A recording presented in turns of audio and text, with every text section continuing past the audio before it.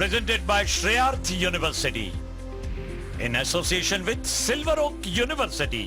Powered by GSTV, a fearless truth.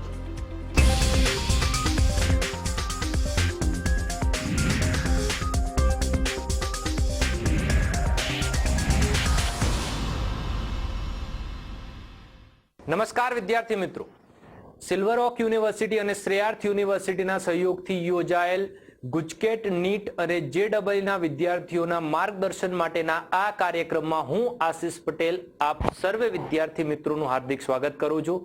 અહીંયા આપણે chemistry વિષય વિશે ચર્ચા કરવાના છીએ, જેની અંદર શરૂઆતના 2 લેક્ચર્સમાં આપણે કાર્બનિક રસાયણ વિજ્ઞાન ઓર્ગેનિક કેમિસ્ટ્રીના મહત્વના 4 ચેપ્ટરોને સારી રીતે સમજ્યા છે. એના રિલેટેડ MCQs આપણે સોલ્વ કર્યા છે અને એની અંદર રહેલા થોડા નવા કન્સેપ્ટને પણ આપણે શીખ્યા. પણ જેમ આપણે સૌ જાણીએ છીએ કે ફિઝિકલ કેમિસ્ટ્રીનો પોર્શન પણ એની આગવી અગત્યતા ધરાવે છે નીટ, JEE અને ગુજકેટમાં. તો એ ચેપ્ટર્સ નીટ અને JEE ની અંદર એનું વેટેજ લગભગ 40% જેટલું થાય છે. તો એમાંથી 12th ના ફિઝિકલ કેમિસ્ટ્રીના 2-3 ચેપ્ટર્સ આપણે અહીંયા કવર અપ કરવાનો પ્રયત્ન કરશું. તો અહીંયા તમને સ્લાઇડમાં નીટની અંદર પૂછાતા દરેક ભાગનું એક વેઇટેજ આપવામાં આવ્યું છે. એમાં ફિઝિકલ કેમિસ્ટ્રીનો ભાગ 40% છે, જેના આજે આપણે ચેપ્ટર સ્ટાર્ટ કરવા જઈ રહ્યા છીએ. એમાંથી પ્રથમ ચેપ્ટરનું નામ છે દ્રાવણો, સોલ્યુશન્સ. તો સૌથી પહેલા સોલ્યુશન્સ કોને કહેવાય? તો જેની અંદર દ્રાવક અને દ્રાવ્યના સમાંગ મિશ્રણને તમે સોલ્યુશન કહી શકો. સોલ્યુશન સોલિડ હોઈ શકે, લિક્વિડ હોઈ શકે અને ગેસ હોઈ શકે. તો આ સોલ્યુશનની અંદર સોલ્યુશન સોલિડ છે, લિક્વિડ છે કે ગેસ છે, એનો સંપૂર્ણપણે આધાર એના દ્રાવક પર રહેલો છે.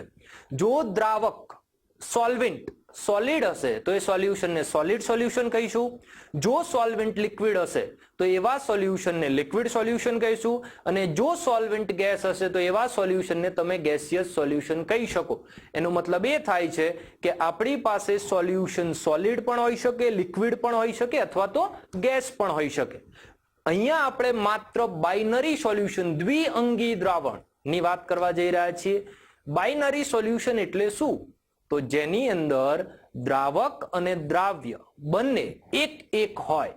ખાંડનું પાણીમાં બનાવેલ દ્રાવણ, સોલ્ટનું પાણીમાં બનાવેલ દ્રાવણ, 2 વાયુનું મિશ્રણ N2 અને H2 નું મિશ્રણ.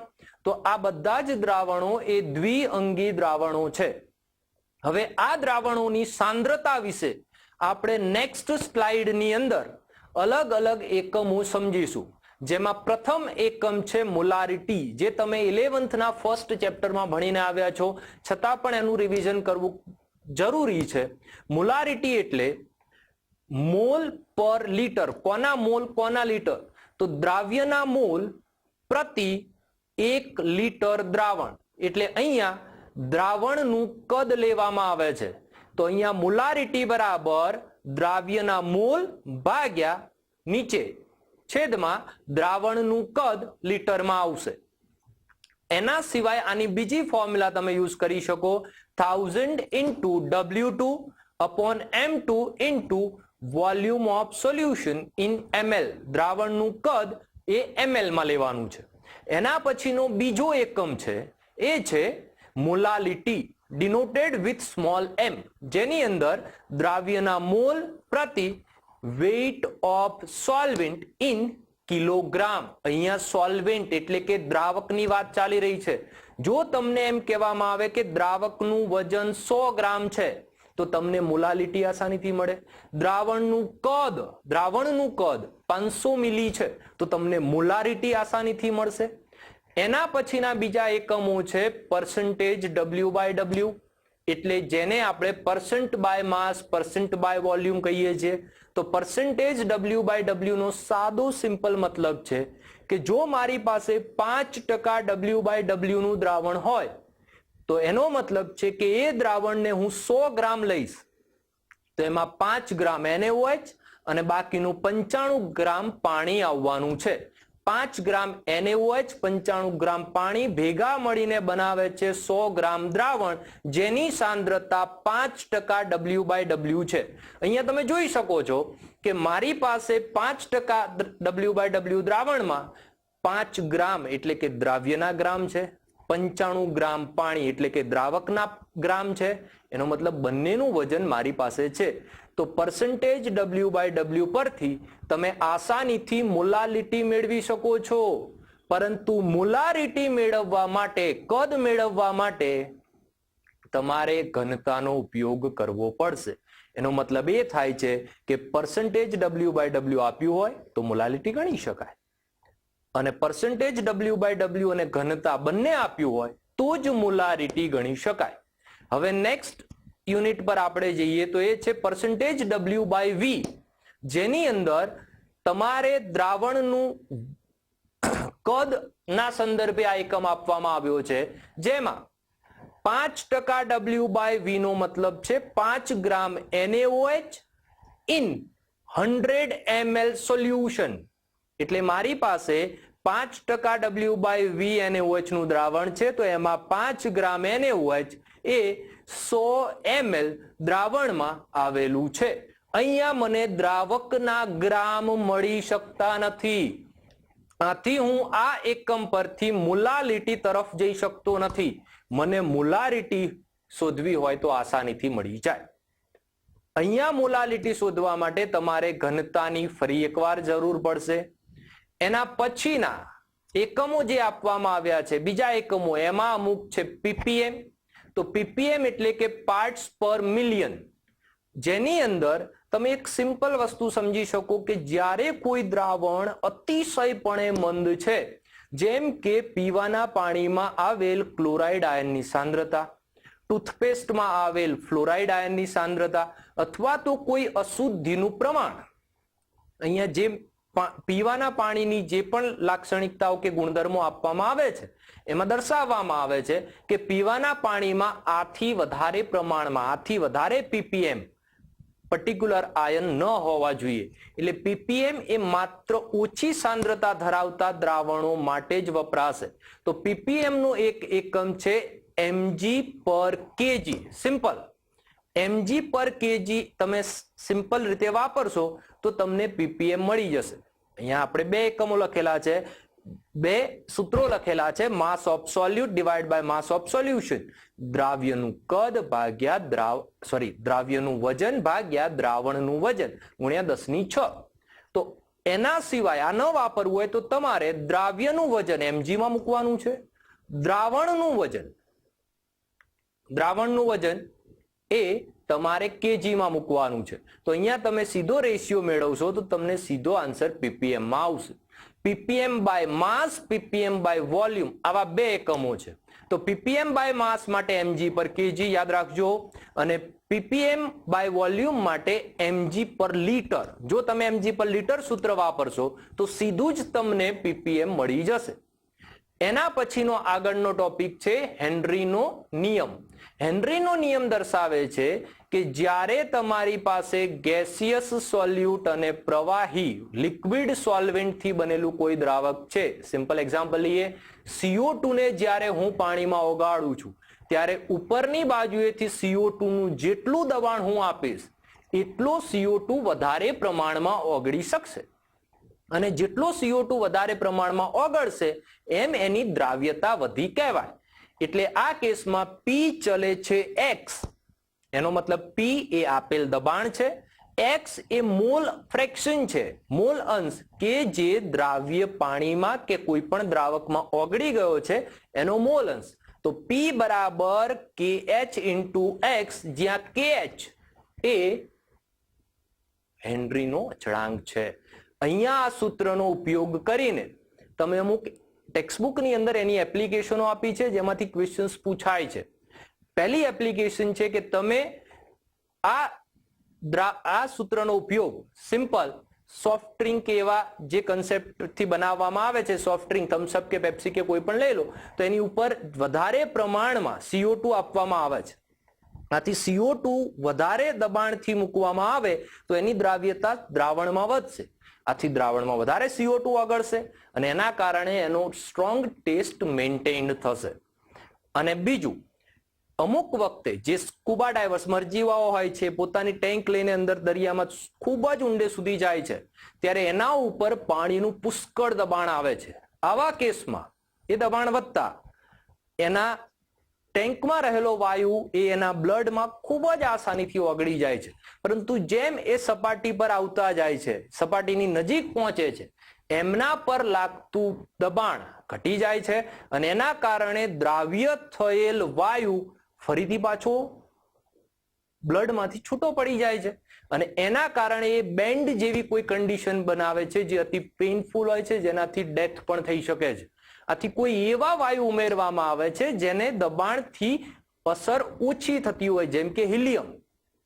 તો અહીંયા હિલિયમના KH નું મૂલ્ય ખૂબ જ વધારે હોવાથી એની દ્રાવ્યતા ખૂબ જ ઓછી છે. ફરીથી યાદ કરાવી દઉં, KH નું મૂલ્ય વધારે તો દ્રાવ્યતા ઓછી. એના પછી આગળનો ટોપિક છે સંખ્યાત્મક ગુણધર્મો. સંખ્યાત્મક ગુણધર્મો એ માત્ર દ્રાવણની પ્રોપર્ટી છે, દ્રાવણના ગુણધર્મો છે, સોલ્યુશનના ગુણધર્મો છે, જે સોલ્યુશન ની અંદર રહેલા દ્રાવ્ય પર ડિપેન્ડ કરે છે, દ્રાવ્યના અણુઓની સંખ્યા પર ડિપેન્ડ કરે છે. આથી એને સંખ્યાત્મક ગુણધર્મો કહી શકાય. એમાંનું પહેલું છે બાષ્પ દબાણમાં થતો ફેરફાર. બાષ્પ દબાણ વધી પણ જઈ શકે, બાષ્પ દબાણ ઘટી પણ જઈ શકે. તમને ખ્યાલ હોવો જોઈએ બાષ્પ દબાણ એટલે શું. સંતુલન સમયે બાષ્પ દ્વારા ઉત્પન્ન થતું દબાણ. જો પાણી તમે કોઈ બંધ પાત્રમાં ભરી રાખો છો તો એમાંથી જે બાષ્પ બને છે એ એક દબાણ ઉત્પન્ન કરે છે જેને બાષ્પ દબાણ કહે છે. પરંતુ એ પાણીની અંદર ખાંડ કે મીઠું એડ કર્યા પછી એમાંથી બનતી બાષ્પ ઓછી થાય છે, એનો મતલબ કે એનું બાષ્પ દબાણ ઘટે છે. તો આ બાષ્પ દબાણનું ઘટવું એને સીધો જ દ્રાવ્યના અણુઓ સાથે, દ્રાવ્યના અણુઓની સંખ્યા સાથે સંબંધ છે. આથી આ બાષ્પ દબાણમાં થતો ફેરફાર એ સંખ્યાત્મક ગુણધર્મ છે. એના સિવાય ઉત્કલન બિંદુ ઉન્નયન. જો તમારું બાષ્પ દબાણ ઓછું થશે તો એનું ઉત્કલન બિંદુ વધશે. ઉત્કલન બિંદુની વ્યાખ્યા એવી રીતના કરી શકાય કે કોઈ પણ દ્રાવણના બાષ્પ દબાણને વાતાવરણના દબાણ સુધી, એક વાતાવરણ તો અહીંનું દબાણ છે, એક વાતાવરણ વર્ડ પ્રોપર ન કહી શકાય, માત્ર વાતાવરણના દબાણ સુધી પહોંચાડવા માટે જરૂરી તાપમાનને ઉત્કલન બિંદુ કહે છે. આથી તમે એવું કહી શકો કે ઊંચા કોઈ તમે હિલ સ્ટેશન પર જાઓ છો તો ત્યાં હવા પાતળી થાય છે, જેના કારણે કોઈ પણ પ્રવાહીનું ઉત્કલન બિંદુ ઘટી જાય છે. અને જો તમે લોઅર નીચે કોઈ એલ્ટિટ્યુડ પર જાઓ છો તો એવા કેસની અંદર તમારે બાષ્પ દબાણ ઉત્કલન બિંદુમાં તમને નોંધપાત્ર વધારો જોવા મળશે. તો ઉત્કલન બિંદુ વધવું એ દ્રાવણનો ગુણધર્મ છે, ઠાર બિંદુ ઘટવું એ પણ દ્રાવણનો ગુણધર્મ છે અને અભિસરણ દબાણ એ પણ દ્રાવણનો ગુણધર્મ છે. ટૂંકમાં મારી પાસે 4 સંખ્યાત્મક ગુણધર્મ છે. એમાંથી પહેલું બાષ્પ દબાણમાં થતો ફેરફાર, બાષ્પ દબાણમાં થતો ફેરફાર, બીજું ઉત્કલન બિંદુ ઉન્નયન, ત્રીજું ઠાર બિંદુ અવનયન અને ચોથું અભિસરણ દબાણ. જેમાં આપણે રાઉલ્ટના નિયમની વાત કરવાના છીએ. રાઉલ્ટનો નિયમ એ 2 અલગ અલગ કન્સેપ્ટ માટે એપ્લાય થઈ શકે, જેમાં બાષ્પશીલ દ્રાવ્ય અને બાષ્પશીલ દ્રાવક હોય તો તમે ત્યાં આગળ દ્રાવણનું દબાણ P બરાબર PA પ્લસ PB સૂત્રથી ફાઇન્ડ કરી શકો, જ્યાં PA બરાબર PA not XA plus PB not XB. એટલે આખું સૂત્ર મળે છે P બરાબર PA not XA plus PB not XB, જ્યાં આગળ PA નોટ શું દર્શાવે છે તો PA નોટ એ A નું શુદ્ધ અવસ્થામાં બાષ્પ દબાણ છે. એવી જ રીતના PB નોટ શું છે તો એ છે B નું શુદ્ધ અવસ્થામાં બાષ્પ દબાણ. XA શું છે તો XA એ A ના મોલ અંશ છે, ક્યાં આગળ પ્રણાલીમાં, દ્રાવણમાં. XB શું છે દ્રાવણમાં B ના મોલ અંશ. દ્રાવણની વાત ચાલી રહી છે મિત્રો, ખાસ સમજજો, કારણ કે આગળ જતા આવો નવો એક બીજો કન્સેપ્ટ આવે છે Y અને YB, જે વેપર ફેઝમાં એટલે કે બાષ્પ અવસ્થામાં A અને B ના મોલ દર્શાવે છે. તો અહીંયા તમારી પાસે P બરાબર PA not XA plus PB not XB આ સૂત્ર વાપરવાનું છે. ક્યારે તમને એવું કહેવામાં આવે કે ક્લોરોબેન્ઝીન કે બ્રોમોબેન્ઝીન જેવા દ્રાવણને મિશ્ર કરતા, બેન્ઝીન કે ટોલ્યુઇનને મિશ્ર કરતા, ટૂંકમાં બંને જ્યારે બાષ્પશીલ છે ત્યારે આ સૂત્ર એપ્લાય થાય. હવે સમજો કે જો કોઈ વખતે ક્યારેક કોઈ અબાષ્પશીલ દ્રાવ્ય ઉમેરેલો હોય શેમાં? બાષ્પશીલ દ્રાવકમાં. મીઠું પાણીની અંદર એડ કરવામાં આવેલું હોય, નેપ્થેલિન બોલ્સ બેન્ઝીનની અંદર ઉમેરવામાં આવેલા હોય, તો આવા સમયે બાષ્પ દબાણ શોધવાનું સૂત્ર P1 minus P1 upon P1 is equal to N2 upon N1 plus N2. ફરીથી રિપીટ કરી દઉં, P1 minus P1 upon P1 is equal to N2 upon N1 plus N2. જ્યાં આગળ P1 એ દ્રાવકનું, શુદ્ધ દ્રાવકનું બાષ્પ દબાણ છે, P1 એ દ્રાવણનું બાષ્પ દબાણ છે, N2 એ દ્રાવ્યના મોલ છે અને N1 એ દ્રાવકના મોલ છે. હવે ટેક્સ્ટબુકની અંદર અથવા તો ઘણી બધી જગ્યાએ N2 upon N1 એવું લઈ લેવામાં આવે છે કે દ્રાવણ મંદ હોય એટલે N2 upon N1 કરીએ છીએ. સાચું જ છે, પરંતુ ક્યારેક આન્સર જો ખૂબ નજદીક આપેલા હોય, નજીકના આન્સર્સ હોય તો અમુક વખતે કન્ફ્યુઝન થાય છે. આ કન્ફ્યુઝનને દૂર કરવા માટે તમે એક સિમ્પલ બીજું સૂત્ર વાપરી શકો, P1 minus P1 upon P1. ફરીથી સમજો, P1 minus P1 upon P1 બરાબર N2 by N1. આનાથી મળતો જવાબ એકદમ પરફેક્ટ આવશે, સચોટ આન્સર તમને મળશે. એટલે જો જવાબની અંદર બહુ વેરિએશન ન હોય, બહુ નજીકનો જ હોય જવાબ, તો એવા સમયમાં તમે આવું સૂત્ર વાપરી શકો, P1 minus P1 upon P1 is equal to N2 by N1. એના પછી આગળનું સૂત્ર છે એ ઉત્કલન બિંદુ ઉન્નયન માટે છે. તો ઉત્કલન બિંદુ ઉન્નયન માટે તમે ડેલ્ટા TB બરાબર KB ઇન્ટુ M આ સૂત્ર વાપરી શકો, જ્યાં આગળ KB એ મોલલ ઉન્નયન અચળાંક છે, મોલાલ એલિવેશન કોન્સ્ટન્ટ, જેનો એકમ તમે કહી શકો કેલ્વિન કેજી પર મોલ આવશે. એના પછી ઠાર બિંદુ અવનયન છે, જ્યાં આગળ ડેલ્ટા TF બરાબર KF ઇન્ટુ મોલાલિટી આવશે. અભિસરણ દબાણ માટેનું સૂત્ર છે પાઈ બરાબર N બાય VRT અથવા તો પાઈ બરાબર CRT.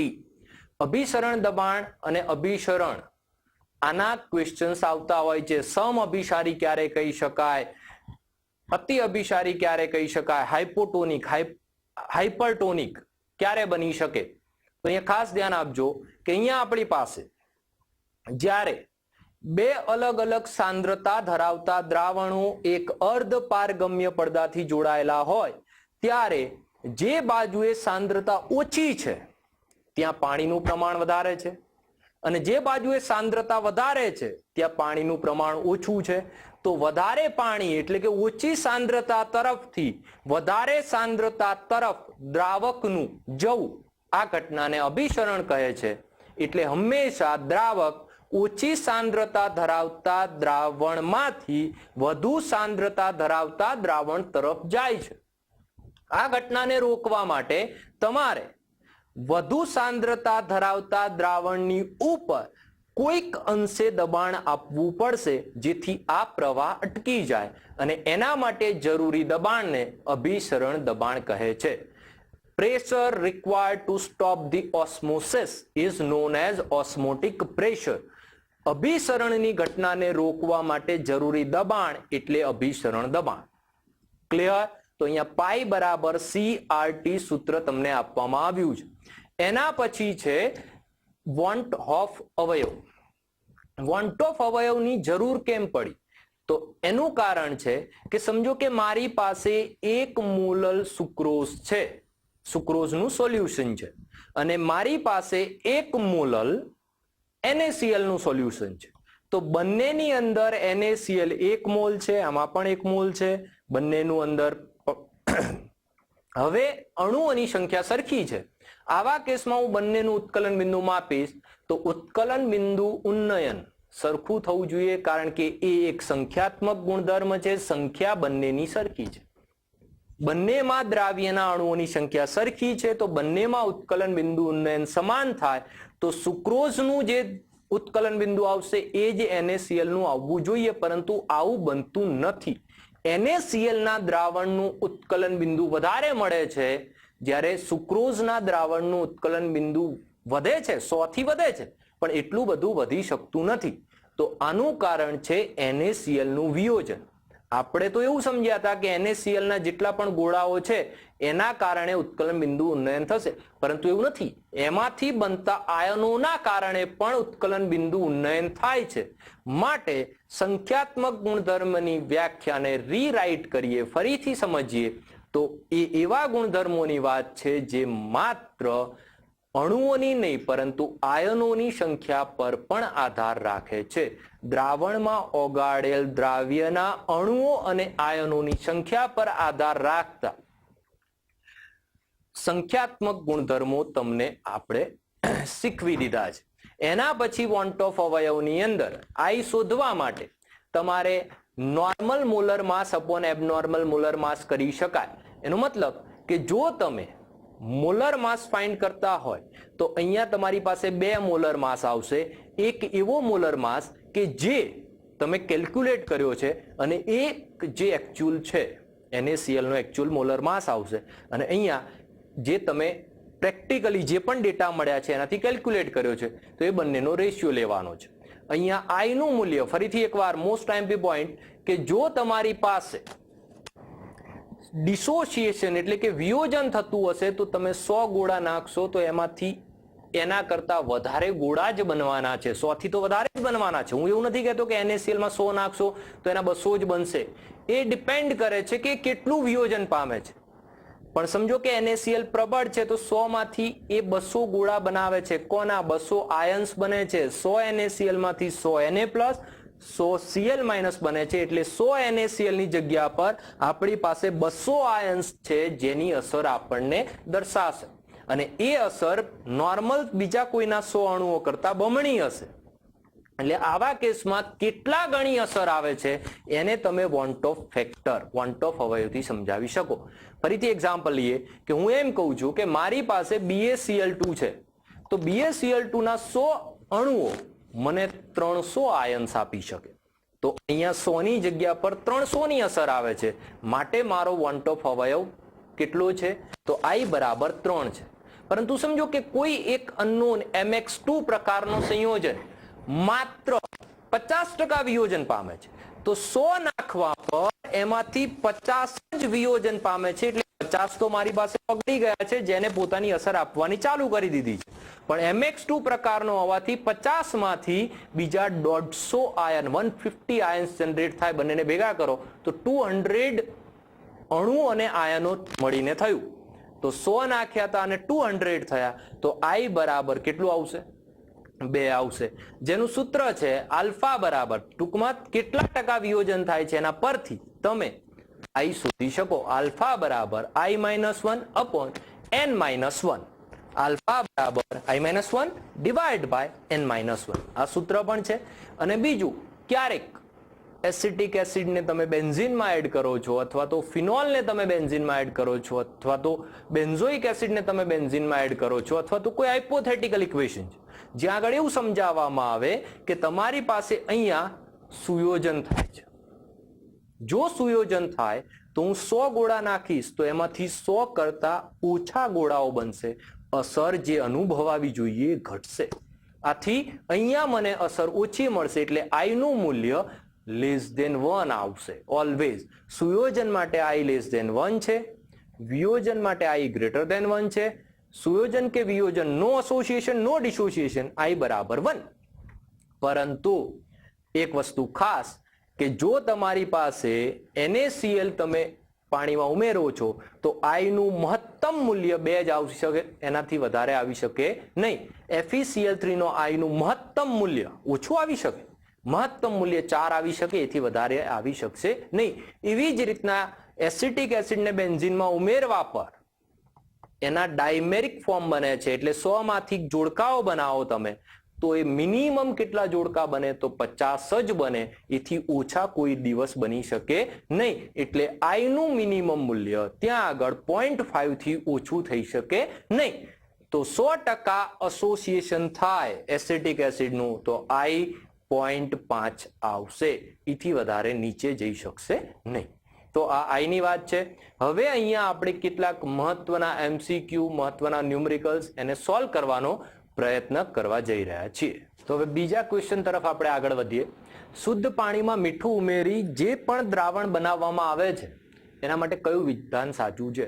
તો અહીંયા તમે સિમ્પલ સમજી શકો કે દ્રાવણ બનશે તો સંખ્યાત્મક ગુણધર્મોની વાત છે. ઓપ્શન્સમાં દેખાય છે ઠાર બિંદુ ઘટશે અને ઉત્કલન બિંદુ વધશે. તો એવો ઓપ્શન કોઈ છે દ્રાવણનું ઠાર બિંદુ ઘટવું જોઈએ અને ઉત્કલન બિંદુ વધવું જોઈએ. Answer is D, Delhi. એના પછી આગળનો ક્વેશ્ચન છે કે 0.05 મોલાલ યુરિયાનું જલીય દ્રાવણ કોની સાથે સમ અભિસારી છે? તો અહીંયા જે પણ ઓપ્શન્સ આપ્યા છે આપણો મેઇન મોટિવ એટલો જ છે કે તમારે સાંદ્રતા અને આયનોની સંખ્યાને ગુણાકારમાં લેવાની છે. એટલે જો તમારી પાસે 0.05 મોલાલ NaCl છે તો NaCl માં આયનોની સંખ્યા 2 છે. 0.05 ગુણ્યા 2 એટલે 0.1 થઈ જાય અને ત્યાં આગળ ઉપર 0.05 મોલલ યુરિયામાં 0.05 ગુણ્યા 1 એ 0.05 જ રહે છે. એટલે અહીંયા બંનેનો ગુણાકાર સેટ થતો નથી. જેની સાથે આ ગુણાકાર મેચ થાય એ આપણો જવાબ છે. ટૂંકમાં મોરલ ઓફ ધ સ્ટોરી, સમ અભિસારી બનવા માટે આયનોની સંખ્યા ગુણ્યા સાંદ્રતા બંનેમાં સરખી આવશે તો એ સમ અભિસારી કહી શકાય. અહીંયા ઓપ્શનની અંદર એક નાનકડી મિસ્ટેક છે એટલે આપણને આન્સર આમાં મળશે નહીં, પણ આન્સર ડી થઈ શકે જો 0.05 મોલાલ ગ્લુકોઝ આપેલું હોય.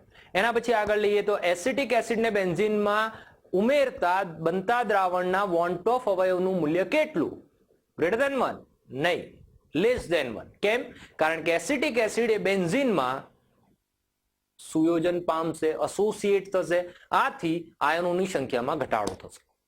આ જગ્યા પર એસિટિક એસિડની બેન્ઝીનની જગ્યા પર પાણીમાં ઉમેરતા આપ્યું હોત તો પાણીમાં એનું વિયોજન થાય, કારણ કે નિર્બળ એસિડ છે, થોડા ઘણા એસિડિક H+ મુક્ત કરશે, આથી એમાં I ગ્રેટર ધેન 1 આવત. એટલે અહીંયા ખાસ ધ્યાન રાખવાનું છે, એસિટિક એસિડ જો બેન્ઝીનમાં હોય તો I લેસ ધેન 1 કારણ કે સુયોજન છે, પણ એ જ એસિટિક એસિડ જો પાણીમાં હોય તો I ગ્રેટર ધેન 1 કારણ કે થોડુંક વિયોજન તો થશે જ. એના પછી FeCl3 ના જલીય દ્રાવણમાં વોન્ટ ઓફ અવયવનું મૂલ્ય કેટલું થાય? તો obviously greater than 1 but less than 4. કાં તો જો 100% આપ્યું હોય તો 4 થઈ શકે, મહત્તમ 4 થઈ શકે, અથવા તો 4 થી ઓછું પણ 4 થી વધી શકશે નહીં. હવે કેટલાક દાખલાઓનું સોલ્યુશન આપણે મેળવીશું. એની અંદર પહેલું ન્યુમેરિકલ આપવામાં આવ્યો છે નેક્સ્ટ સ્લાઇડની અંદર કે 98% W/W H2SO4 ના સાંદ્ર જલીય દ્રાવણની ઘનતા તમને આપેલી છે. 0.1 મોલાર 1 લિટર H2SO4 નું દ્રાવણ બનાવવા માટે એસિડનું કેટલું કદ જરૂરી છે? આ દાખલો સમજવા માટે અહીંયા ખાસ ધ્યાન આપજો કે તમારી પાસે એક સાંદ્ર H2SO4 ની બોટલ છે, એક કન્ટેનર છે જેમાં સાંદ્ર H2SO4 ભર્યું છે. મારે બીજા એક પાત્રમાં 0.1 મોલર 1 લિટર દ્રાવણ બનાવવું છે. કોની મદદથી? આ સાંદ્ર દ્રાવણની મદદથી. તો કહેવાનો મતલબ કે આ સાંદ્ર દ્રાવણ પીપેટની મદદથી હું અહીંયા મારા કન્ટેનરમાં લઈશ અને પછી હું એનું મંદન કરીશ. પણ એ મંદન કરવું એના માટેનું ફોર્મ્યુલા છે M1V1 M2V2. એટલે આના માટેની સાંદ્રતા M1, આનું કદ જે વાપરવામાં આવશે V1, અહીંયા M2 જે તમારે સાંદ્રતા જોઈએ છે અને જે કદ બનાવવાનું છે એ M2 અને V2. એટલે તમે અહીંયા સમજી શકો 0.1 અને 1 એને તમે M2 V2 ગણી શકો. 0.1 એટલે M2, 1 એટલે V2. હવે તમારી પાસે જો M1 હોત તો તમને V1 આસાનીથી મળી જાય અને એ જ આપણે ફાઇન્ડ કરવાનું છે. હવે M1 એટલે કે સાંદ્ર દ્રાવણની મોલારિટી શોધવા માટે તમારે 98% W/W અને ઘનતાનો યુઝ કરવો પડશે.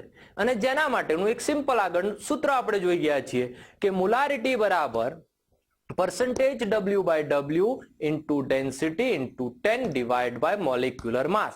તો આના પરથી તમને એની મોલારિટી મળી શકે. તો નેક્સ્ટ એની અંદર તમને કેલ્ક્યુલેશન કરીને આપેલી છે, તમે જોઈ શકો છો કે મોલારિટી બરાબર 98 જે સાંદ્રતા છે, 1.8 જે ઘનતા છે, ગુણ્યા 10, નીચે 18 મોલર શું છે? તો એ સાંદ્ર H2SO4 ની મોલારિટી છે. હવે એ 18 મોલર H2SO4 વાળું સાંદ્ર દ્રાવણ મારે પેલા બીજા કન્ટેનરમાં લેવાનું છે. કેટલું લેવાનું છે? તો M1 V1 M2 V2 પ્રમાણે V2 5.55 ml લેવાનું. એટલે હું આમાંથી 5.55 ml લઈને બીજા પાત્રમાં નાખીશ અને પછી એને 1 લીટર સુધી મંદન કરીશ એટલે મારું 1 લીટર 0.1 મોલર દ્રાવણ તૈયાર થાય. સમજાય? Very good. એના પછી એક બીજો ન્યુમેરિકલ આપણે સોલ્વ કરીએ જેની અંદર 500 ગ્રામ ટૂથપેસ્ટમાં 0.2 ગ્રામ ફ્લોરાઇડ રહેલ છે તો તેનું પીપીએમ માં પ્રમાણ જણાવો. તો પીપીએમ માટે મેં તમને કીધું છે કે માસ of સોલ્યુટ upon mass of solution into 10⁶ ને આટલું બધું કરવાની જરૂર નથી. તમે સિમ્પલ લઈ શકો કે પીપીએમ બરાબર mg પર કેજી. mg પર કેજી. mg એ કોનું? તો જે તમારું દ્રાવ્ય છે. અહીંયા છે ફ્લોરાઇડ અને કેજી એ શું છે? તો એ તમારું દ્રાવણ છે. અહીંયા શું છે? ટૂથપેસ્ટ એ આપણું દ્રાવણ છે. તો mg 0.2 ગ્રામ છે જેના મિલીગ્રામ થાય 200 અને કેજી 500 ગ્રામ ટૂથપેસ્ટ આપેલી છે જેનું કેજી થાય 0.5. અહીંયા આપણે સોલ્યુશન લઈએ તો 200 ભાગ્યા 0.5 તો અહીંયા આન્સર આવશે 400. તો આ 400 એ આપણો આન્સર છે. એના પછી નેક્સ્ટ બેન્ઝીન અને ટોલ્યુઇનના બાષ્પ દબાણ અનુક્રમે 0.9 બાર અને 0.85 બાર છે. 7.8 ગ્રામ બેન્ઝીનને આટલા ગ્રામ ટોલ્યુઇનમાં ઓગાળતા બાષ્પ દબાણ ગણો. એટલે અહીંયા ખાસ ધ્યાન આપજો, બેન્ઝીન ટોલ્યુઇન બંને બાષ્પશીલ, બંનેની બાષ્પ બનવાની છે. તો આવા કેસમાં સૂત્ર લાગશે P બરાબર PA plus PB, PA not XA plus PB not XB. અહીંયા P એટલે કે દ્રાવણ નું બાષ્પ દબાણ, PA નોટ એટલે કે શુદ્ધ બેન્ઝીનનું, PT નોટ એટલે શુદ્ધ ટોલ્યુઇનનું અને એના પછી XA અને XB માટે આપણે મોલ ગણીને મોલ ફ્રેક્શન ગણવા પડશે. તો અહીંયા તમે કેલ્ક્યુલેશનમાં જોઈ શકો PB નોટ બેન્ઝીન માટે આપણે B યુઝ કર્યો છે. PB નોટ બરાબર 0.9, PT નોટ બરાબર 0.85, NB બરાબર 7.8 ભાગ્યા 78. આ શું છે? તો બેન્ઝીનના મોલ છે, એનું વજન ભાગ્યા અણુભાર, weight upon molecular weight. 7.8 divided by 78, answer is 0.1. Next toluene. ટોલ્યુઇનના મોલ્સ માટે 180 divided by 92 તો વહાં પર 1.96 એ એના મોલ છે.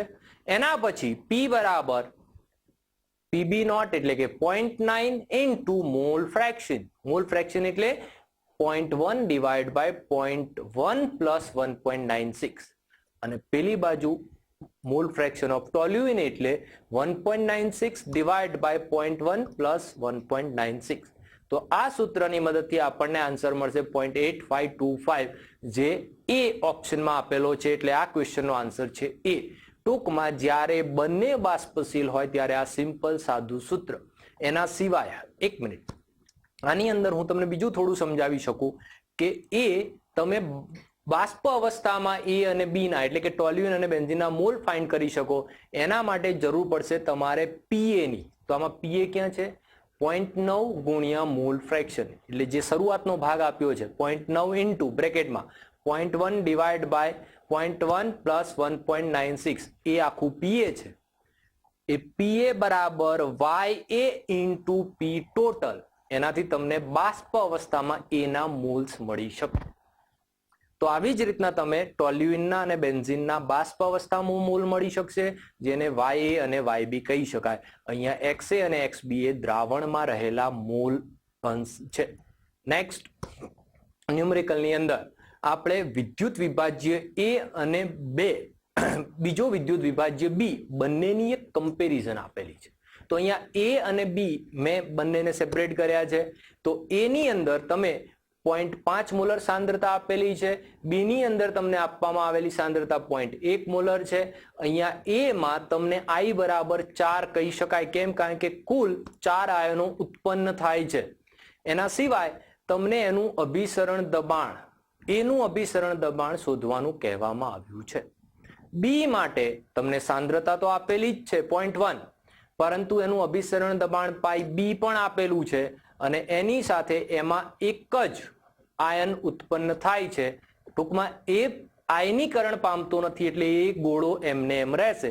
એટલે નો એસોસિએશન નો ડિસોસિએશન I બરાબર 1. તો આમાં તમે બંનેના પાઈને કમ્પેર કરી શકો. તો પાઈ 1 બરાબર I1C1 RT, જ્યાં 1 એ A માટે રિપ્રેઝન્ટેશન છે. બીજા માટે તમે કહી શકો પાઈ 2 બરાબર I2C2 RT આરટી માં આપણે 1 2 એટલા માટે નથી લખ્યું કારણ કે બંને અચળ રહેવાના છે. તો આરટી ને અલગ કમ્પેર કરીએ તો બંનેમાં આરટી બરાબર પાઈ1 અપોન i1 c1 અને આ બાજુ આરટી બરાબર પાઈ2 અપોન i2 c2. તો એ બંનેને જો કમ્પેર કરવામાં આવે, સરખાવવામાં આવે, તો આપણી પાસે અહીંયા ફાઇનલ આન્સર મળશે 20b, જે આપણને જવાબમાં આપેલો છે. ક્વેશ્ચનની અંદર આન્સર છે ડી, દિલ્હી, 20b. સમજાયો પ્રશ્ન છે, પૂછાઈ શકે એક્ઝામમાં, ખાસ ધ્યાન રાખજો. હવે એના પછીનો ન્યુમેરિકલ જે છે એ વોન્ટ ઓફ અવયવ વિશે છે. તો KCL ને જોતા જ તમને ખ્યાલ આવવો જોઈએ કે જો અહીંયા વોન્ટ ઓફ અવયવ ગણવામાં આવશે તો આઈ નું મૂલ્ય એ 1 કરતા વધારે આવશે, કારણ કે KCL માંથી વધારે આયનો બનવાના છે. 100 KCL નાખશો તો 100 KCL માંથી 100 K પ્લસ અને 100 Cl માઇનસ બની શકે, 200 સુધી આયનો બની શકે. એટલે કહેવાનો મતલબ છે કે આઈ નું મૂલ્ય 1 થી વધારે 2 થી ઓછું આવવું જોઈએ, પણ પ્રબળ વિદ્યુત વિભાજ્ય હોવાથી આઈ નું મૂલ્ય 2 ની નજીક આવશે થોડું. હવે કેવી રીતના ગણી શકાય? તો અહીંયા આપણને ઠાર બિંદુનો ઘટાડો આપેલો છે, વોન્ટ ઓફ અવયવ ગણવાનો છે, ઠાર બિંદુ અવનયન અચળાંક KF આપેલો છે. તો ડેલ્ટા TF બરાબર KF ઇન્ટુ મોલાલિટી, પણ અહીંયા આપણે સૂત્રમાં I વાપરવું પડશે અને અહીંયા I બરાબર delta TF divide by KF into molality, અને તમે બધી જ વેલ્યુ ડેલ્ટા TF ની વેલ્યુ 0.24 છે, જે કેલ્વિનમાં હોય કે ડિગ્રી સેલ્સિયસમાં હોય, આ એક ડિફરન્સ છે જેને કેલ્વિનમાં ફેરવવાની જરૂર નથી. તમને ડિગ્રી સેલ્સિયસમાં આપ્યું હોય તો પણ તફાવત જ રહેવાનો છે. અહીંયા તમે KF ની અને મોલાલિટીની વેલ્યુ જે પણ આવે છે રાખશો તો અહીંયા તમને I નું મૂલ્ય મળે છે 1.92, જે તમારો ઓપ્શન નંબર બી છે. તો આ સિમ્પલ ક્વેશ્ચન છે, આ પ્રકારના ક્વેશ્ચન્સ પૂછી શકાય. તો અહીંયા તમારે સૂત્રની અંદર જ ડેલ્ટા F બરાબર IKF ઇન્ટુ M અથવા તો ડેલ્ટા B બરાબર IKB ઇન્ટુ M, જ્યાં I નું મૂલ્ય તમારે ગણવાનું રહેશે. એના પછી નેક્સ્ટ 5% સુક્રોઝનું દ્રાવણ એ 1% X. જ્યારે તમને બે કમ્પેરિઝન આપી હોય કે આ દ્રાવણ અને આ દ્રાવણ, આમાં આવું ઉમેરતા જ્યારે કમ્પેરિઝન આપ્યું હોય ત્યારે લાઈન ડ્રો કરીને તમે બંનેની તમે સેપરેશન કરી શકો. અહીંયા સુક્રોઝ અને X બે વસ્તુ આપેલી છે, તો સુક્રોઝની સાંદ્રતા 5% છે. હવે એક ટોપિક તમને હું કહી દઉં કે જો અભિસરણ દબાણની અંદર સાંદ્રતા ટકાવારીમાં આપી હોય તો એ W/V લેવામાં જ સમજદારી છે. એનાથી જ તમારા ન્યુમેરિકલ્સ આસાનીથી સોલ્વ થઈ શકશે. એટલે અહીંયા 5% સુક્રોઝનું દ્રાવણ છે તો આપણે એવું સમજી રહ્યા છીએ કે W/V છે. અહીંયા 1% X નું દ્રાવણ છે, એનો મતલબ એ W/V છે, અને સમદાબી છે તો X નો અણુભાર શોધો, કારણ કે ત્યાં આગળ સાંદ્રતા C આવે છે સૂત્રમાં, પાઈ બરાબર CRT N/VRT. તો ત્યાં આગળ તમારે કદને મહત્વ આપવું પડશે. એટલે હવે સમજો સુક્રોઝ અને X મેં બંનેને અલગ અલગ કરી દીધા છે. સુક્રોઝ માટે 5% છે, એનું પાઈ તો એ એટલું જ છે જેટલું આ બાજુ દ્રાવણનું છે, X વાળા દ્રાવણ, તો ત્યાં 1%. બંનેનું પાઈ સરખું છે. અહીંયા C1RT અને પેલી બાજુ C2RT. આવું થાય કેમ? કારણ કે RT અને પાઈ બધા માટે, બંને માટે સરખું છે. તો C1 અને C2 સરખા થવા જોઈએ. તો C1 બરાબર C2, તો C1 એટલે N1/V1 is equal to N2/V2. પરંતુ બંનેનું કદ તમે પરસેન્ટેજ W/V, બંનેની સાંદ્રતા પરસેન્ટેજ W/V માં ગણો તો બંનેનું 100 ml કદ અને 100 ml કદ, તો બંનેનું કદ સમાન થઈ જાય. તો ત્યાં આગળ કદને આપણે કેન્સલ કરીએ છીએ. તો હવે ફાઇનલ આવ્યું W1/M1 is equal to W2/M2. તો W1 ની જગ્યા પર તમે 5/342 એટલે કે સુક્રોઝનું, અને પેલી બાજુએ 1/અનનોન M મૂકી શકો અને તમને M નો આન્સર મળશે 68.4 ગ્રામ પર મોલ. આન્સર આવેલો છે C. તો આ ન્યુમેરિકલની અંદર તમે સમ અભિસારી સમદાબી પ્રકારના પ્રશ્નો સોલ્વ કરી શકો. એના પછી અહીંયા એક બીજો ક્વેશ્ચન આપેલો છે કે જેમાં એક દ્રાવણ છે અને આ દ્રાવણનું બાષ્પ દબાણ તાપમાન આપ્યું છે 100 ડિગ્રી સેલ્સિયસ તાપમાન પર શોધો. 100 ડિગ્રી સેલ્સિયસ તાપમાન પર બાષ્પ દબાણ શોધવા માટે પાણી પણ 100 પર છે અને આ દ્રાવણ પણ 100 પર છે, એવું સમજી લઈએ છીએ આપણે. કારણ કે હવે બંનેની કમ્પેરિઝન થાય. તો અહીંયા ખાસ ધ્યાન રાખવાનું છે કે તમને આના માટેનું સૂત્ર P1 not minus P1 upon P1 not બરાબર N2 upon N1 plus N2. આ અબાષ્પશીલ દ્રાવ્યને બાષ્પશીલ દ્રાવકમાં ઉમેરતા બાષ્પ દબાણ શોધવા માટેનું સૂત્ર અહીંયા એપ્લાય થશે. ફરીથી રિપીટ કરું છું, P1 not minus P1 upon P1 not બરાબર N2 upon N1 plus N2. તો આવા કેસમાં P1 નોટ તમને નથી આપ્યું, P1 નથી આપ્યું, તો આવી રીતના તમે P1 કેવી રીતના ફાઇન્ડ કરી શકો.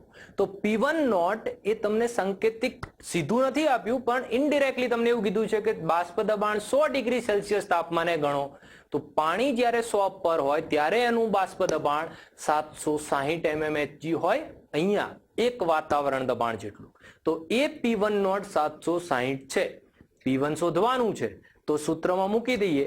N2 ની જગ્યા પર તમે 18 ગ્રામ ગ્લુકોઝના મોલ એટલે 18 ભાગ્યા 180 નીચે 178.2 ભાગ્યા 18 પ્લસ 18 ભાગ્યા 180. તો અહીંયા તમારો આન્સર P1 નો આન્સર આવશે 752.4. Option B is the correct answer. તો આ ક્વેશ્ચનની અંદર આપણે બાષ્પ દબાણ ફાઇન્ડ કરી રહ્યા છીએ જે અબાષ્પશીલ દ્રાવ્ય માટે 100 ડિગ્રી સેલ્સિયસ તાપમાન પર પાણીનું બાષ્પ દબાણ 760 mmHg અથવા તો 1 atm લેવું પડશે. હવે એના પછી તમને અમુક MCQs આપ્યા છે જેની અંદર માત્ર કમ્પેરિઝન છે, બહુ સિમ્પલ પ્રકારના MCQ છે.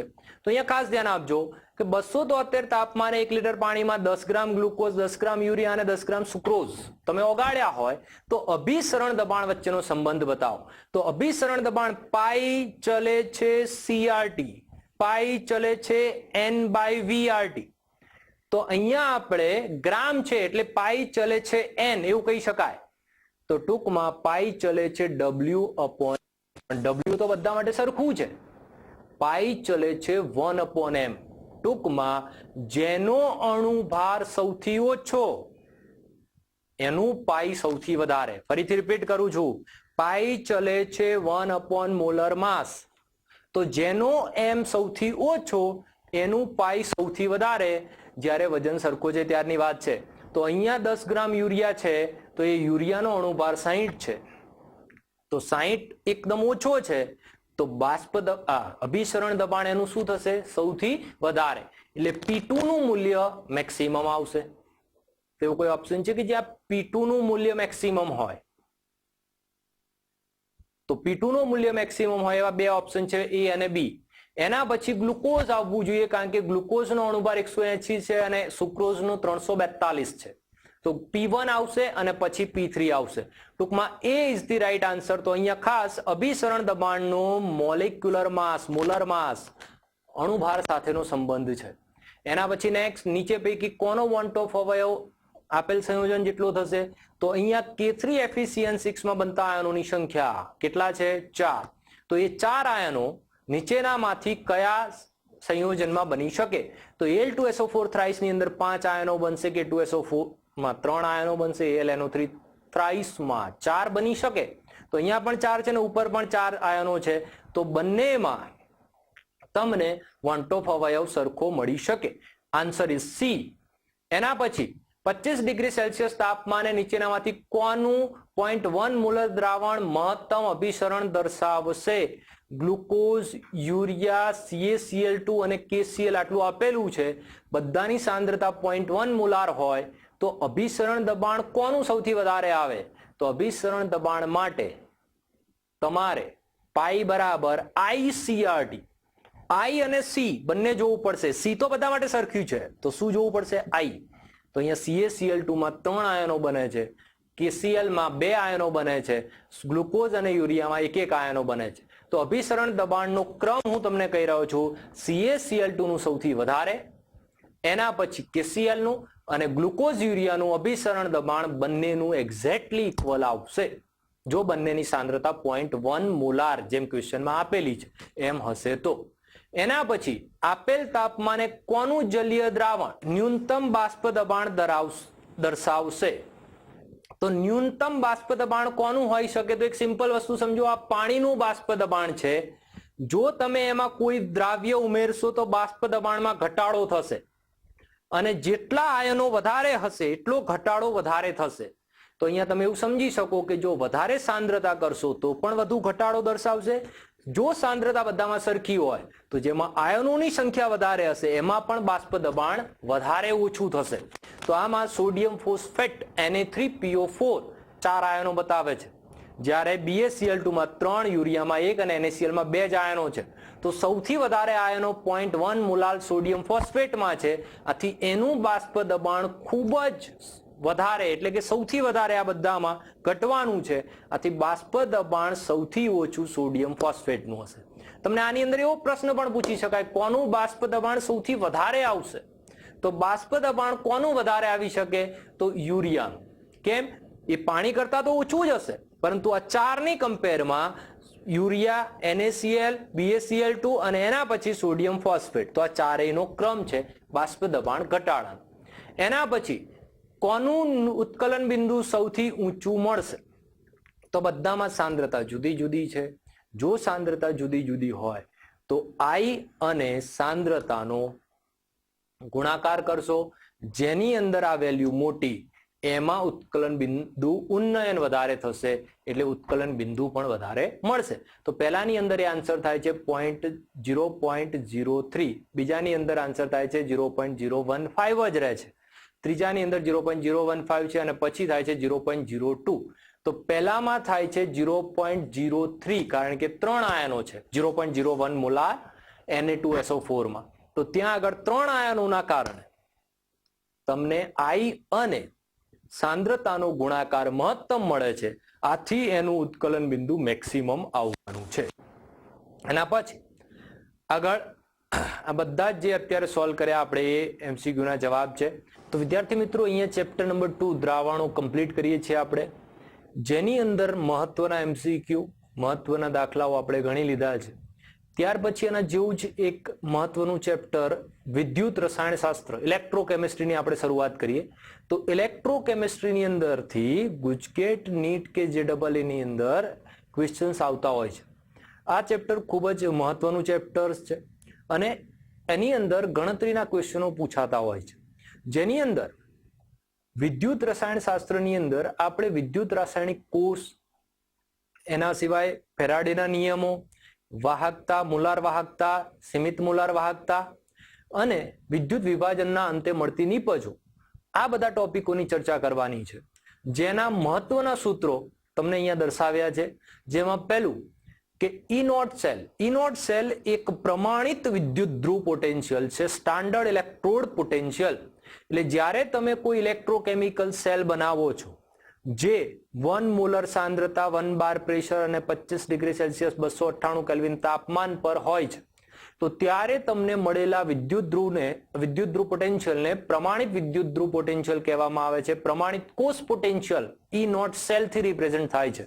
તો E0 સેલ બરાબર E0 reduction of cathode minus E0 reduction of anode.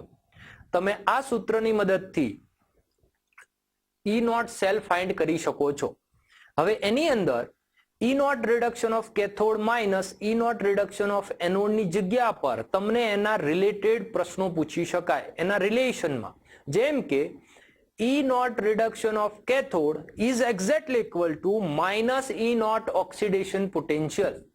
તો અહીંયા તમે આનું બીજું સૂત્ર E0 cell is equal to E0 oxidation of anode minus E0 oxidation of cathode પણ કહી શકો. અથવા તો અમુક સંબંધ દર્શાવવા માટે E0 reduction of cathode plus E0 oxidation of anode, આ પ્રમાણેનું પણ પૂછી શકાય, તો એ પણ સાચું છે. કારણ કે E0 રિડક્શન ઓફ એનોડ ની જગ્યા પર મેં E0 ઓક્સિડેશન ઓફ એનોડ લખ્યું છે, પણ એની આગળ માઇનસ નો સાઇન છે અને એ માઇનસ આગળવાળા માઇનસ સાથે પ્લસ થઈ ચૂક્યું છે.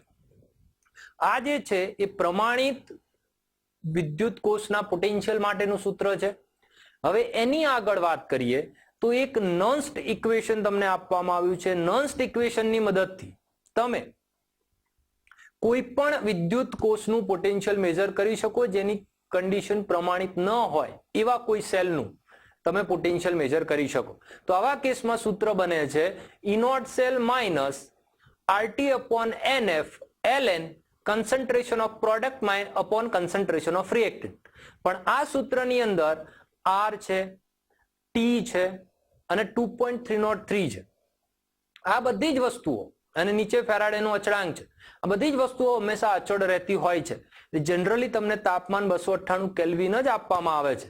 એટલે આપણે E સેલ બરાબર આ સૂત્ર જે છે E સેલ બરાબર E not cell minus 0.0591 upon n log product upon reactant સાંદ્રતા આવું લખી શકાય.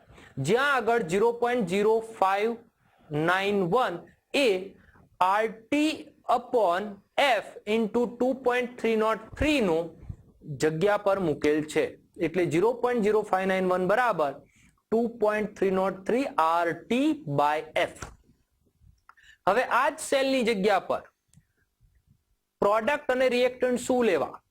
તો અહીંયા તમારે કોઈ પણ એનોડ પર થતી પ્રક્રિયા અને કેથોડ પર થતી પ્રક્રિયાને શોધીને જે સંપૂર્ણ પ્રક્રિયા કોષ પ્રક્રિયા આવશે એની નિપજો એ તમે પ્રોડક્ટ પર લખી શકો અને એના પ્રક્રિયકો એ રિએક્ટન્ટની જગ્યા પર લખી શકો. જો એની અંદર કોઈ તત્વયોગમિતીય ગુણાંક હોય તો એને તમારે ઘાતમાં મૂકવો પડશે. એની જગ્યા પર હવે અહીંયા ખાસ સમજો કે જો કોઈ સોલિડ કે લિક્વિડ હોય તો અહીંયા લખવામાં આવશે નહીં. હવે આગળની વાત કરીએ તો સાંદ્રતા કોષ માટે, સાંદ્રતા કોષ એટલે કે કેવો કોષ કે જ્યાં આગળ કોપર +2, અહીંયા પણ કોપર +2 વાળો અર્ધકોષ છે. બંનેમાં માત્ર સાંદ્રતાનો ફરક છે. તો આવા કોષ માટે હર હંમેશ E નોટ સેલ બરાબર 0 આવશે. ફરીથી રિપીટ કરી દઉં, સાંદ્રતા કોષ માટે E નોટ સેલનું મૂલ્ય શું આવશે? 0. માટે સૂત્ર બનશે E સેલ બરાબર -0.0591 upon n log anode upon cathode તમે લઈ શકો. અહીંયા ખાસ ધ્યાન આપજો, એનોડ અપોન કેથોડ તમારે લેવાનું છે. એના પછી આગળ જો તમારું કોષ સંતુલનમાં હોય, સંતુલન સમયે, તો સંતુલન સમયે તમારા કોષની અંદર E સેલ એ 0 બનવાનું છે. આથી સંપૂર્ણ ઇક્વેશન E નોટ સેલ બરાબર 0.0591 upon n log કે તમે લખી શકો. એટલે જો તમને સંતુલન અચળાંક શોધવાના દાખલાઓ પૂછાય તો તમારે અહીંયા આ સૂત્ર વાપરવાનું છે. એના પછી વાહકતાના પ્રશ્નો જે પૂછાય છે, કાપા બરાબર G into L by A. તો અહીંયા તમે મુલર વાહકતાનું પણ એક સૂત્ર આપવામાં આવે છે, કાપા into 1000 upon C. બે સૂત્રો છે ટેક્સ્ટબુકમાં, કાપા upon C અને બીજું છે કાપા into 1000 upon C. તો બંને ક્યારે વાપરવા? તો જ્યારે તમે કાપા into 1000 upon C કરો છો, આ સૂત્ર વાપરો છો, ત્યારે C જે છે એ મોલારિટીમાં લેવાની છે 0.2 મોલર, તો એ 0.2 જ લેવાનું છે. પણ કપ્પા જે છે એ તમારે સેન્ટીમીટર ઇન્વર્સ એટલે કે સાયમન સેન્ટીમીટર ઇન્વર્સમાં લેવાનો છે અને છેલ્લે લેમ્ડા એમ નો મળેલા આન્સર એ સાયમન સેન્ટીમીટર સ્ક્વેર મોલ ઇન્વર્સમાં આવશે. ફરીથી રિપીટ કરી દઉં, જ્યારે તમે કાપ્પા into 1000 upon C સૂત્ર વાપરો છો ત્યારે કાપ્પા એ સાયમન સેન્ટીમીટર ઇન્વર્સમાં, C જે છે એ મોલારિટીમાં અને લેમ્ડા એમ એ સાયમન સેન્ટીમીટર સ્ક્વેર મોલ ઇન્વર્સમાં આવશે. એના પછી હવે આવે છે ફેરાડેના નિયમો.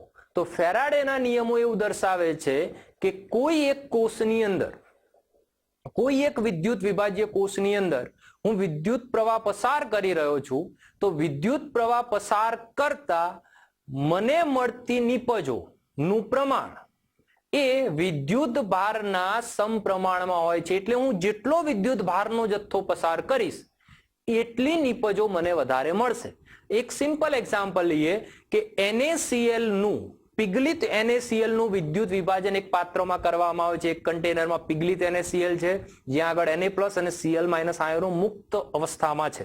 હવે હું ત્યાં આગળ વિદ્યુત ધ્રુવોની મદદથી વિદ્યુત પ્રવાહ પસાર કરીશ તો Na+ નું રૂપાંતર Na માં થવું, જેને રિડક્શન કહી શકાય, જે કેથોડ પર થશે, અને Cl- નું રૂપાંતર Cl2 માં થશે, જેને ઓક્સિડેશન કહી શકાય. ઇન શોર્ટ NaCl માંથી મને સોડિયમ ધાતુ અને Cl2 વાયુ મળી રહ્યો છે. NaCl માંથી મને સોડિયમ ધાતુ અને Cl2 વાયુ મળી રહ્યો છે. જે સોડિયમ ધાતુ છે રિડક્શન એટલે કે કેથોડ પર મળી રહી છે અને Cl2 વાયુ એ ઓક્સિડેશન એટલે કે એનોડ પર થઈ રહ્યું છે.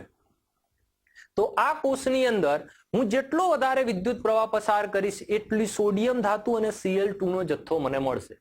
હજી વધારે પ્રવાહ પસાર કરીશ તો વધારે સોડિયમ અને વધારે Cl2 મળશે. બીજો નિયમ જે છે એ ઇક્વિવેલેન્ટ વેઇટ પર છે, તુલ્ય ભાર પર છે. એટલે હું NaCl માંથી જેટલો વિદ્યુત પ્રવાહ પસાર કરું છું એટલો જ વિદ્યુત પ્રવાહ હું MgCl2 માંથી પસાર કરીશ તો જે મળતી નીપજ છે એ એના તુલ્ય ભાર પર આધારિત છે. એના એક બે ન્યુમેરિકલ્સ, એના એક બે MCQ આપણે આગળ સોલ્વ કરવાના છે. પણ હવે આ ચેપ્ટરની અંદર આ જ કન્સેપ્ટ ઉપરના MCQs, એના ન્યુમેરિકલ્સ આપણે આગળના ટોપિકમાં સોલ્વ કરવા જઈ રહ્યા છીએ. જેમાં નેક્સ્ટ ક્વેશ્ચન નંબર 1 જે તમને આપવામાં આવ્યો છે, જેની અંદર એક સિમ્બોલિક રિપ્રેઝન્ટેશન છે, સંજ્ઞા નિરૂપણ જેને કહી શકાય, જેના માટે નિયત તાપમાને કેથોડના દ્રાવણની સાંદ્રતામાં વધારો કરતા કોષ પોટેન્શિયલમાં શું ફેરફાર થશે. તો અહીંયા જે લેફ્ટ હેન્ડ સાઈડનો પાર્ટ છે, Mg વાળો પાર્ટ, એ એનોડ છે. સંજ્ઞા નિરૂપણની અંદર લેફ્ટ હેન્ડ સાઈડ હંમેશા એનોડ આવશે, રાઈટ હેન્ડ સાઈડ હંમેશા કેથોડ આવશે. તો આની અંદર Mg માંથી Mg+2 બને છે અને Br2 માંથી 2Br- બને છે. Mg માંથી Mg+2 બનવું એ ઓક્સિડેશનની પ્રક્રિયા છે જે એનોડ પર થાય છે.